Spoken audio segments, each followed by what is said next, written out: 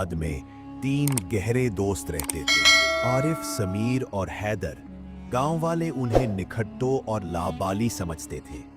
वो सारा दिन आवारागर्दी करते, बड़े ख्वाब देखते और बगैर मकसद के सो जाते।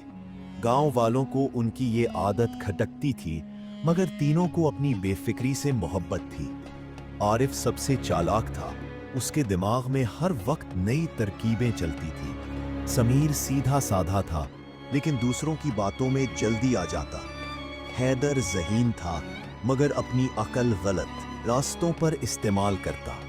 एक शाम तीनों गांव के बाहर एक पुराने कुएं के पास बैठे थे।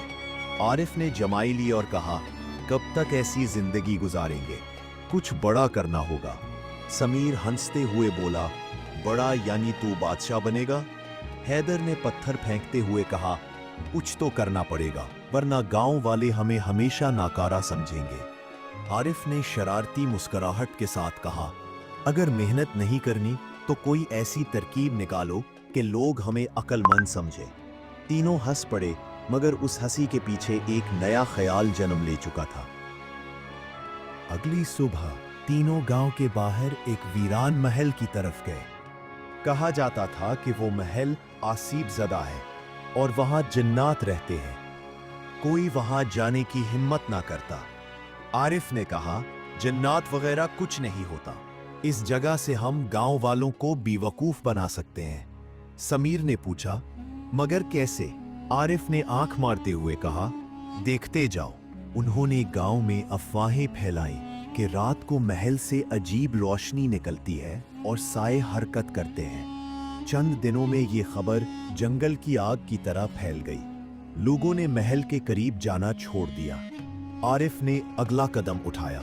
वो मस्जिद के इमाम साहब के पास गया और पुरअसरार लहजे में बोला, इमाम साहब, महल में कोई गैबी ताकत जाग उठी है। जो सच्चे दिल से वहां दुआ मांगता है, उसकी मुराद पूरी होती है।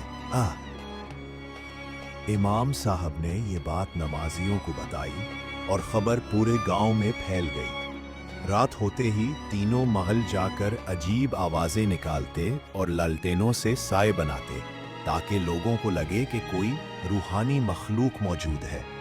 एक बूढ़ा किसान, जिसकी फसलें हर साल तबाह होती थीं, महल के बाहर दुआ मांगने आया और कुछ सिक्के चढ़ाकर चला गया। आरिफ ने वो सिक्के उठा लिए। समीर और हैदर खुशी से झूम उठे।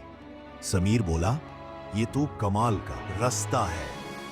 हैदर ने कहा, अब दौलत बरसेगी। जल्द ही लोग अपनी परेशानियां लेकर महल आने लगे।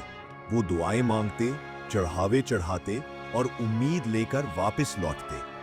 महल एक रूहानी मकाम बन गया। तीनों की जेबें भरने लगी, मगर उन्हें अंदाजा न था कि ये खेल कभी उल्टा भी पड़ सकता है। गांव में अफवाहें फैल गईं कि किसी की बीमारी ठीक हो गई, किसी की फसलें बेहतर हुई। आरिफ ने सोचा कि अब सिक्कों से काम नहीं चलेगा। उसने अफवाह फैलाई कि जिसने सोना चढ़ाया, उसकी जिंदगी खुशहाल हो गई। एक लालची ताजर, फैसल खान, ने सोने की अंगूठी चढ़ाई।